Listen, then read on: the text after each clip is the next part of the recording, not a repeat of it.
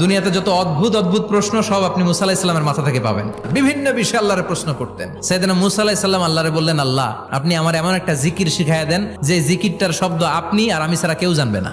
দিনে রাতে সব সময় এই জিকির আমি করব, আপনারে ডাকবো, কিন্তু শর্ত হলো এই জিকিরটা জানবে শুধু আপনি আর জানবো শুধু আমি। আল্লাহ বললেন, মুসা পড়ো লা ইলাহা ইল্লাল্লাহ।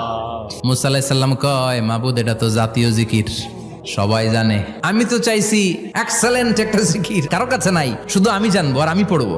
আল্লাহ বললেন, মুসা এই লা ইলাহাকে যদি এক পাল্লায় রেখে দাও, তামাম বিশ্ব, সাত আকাশ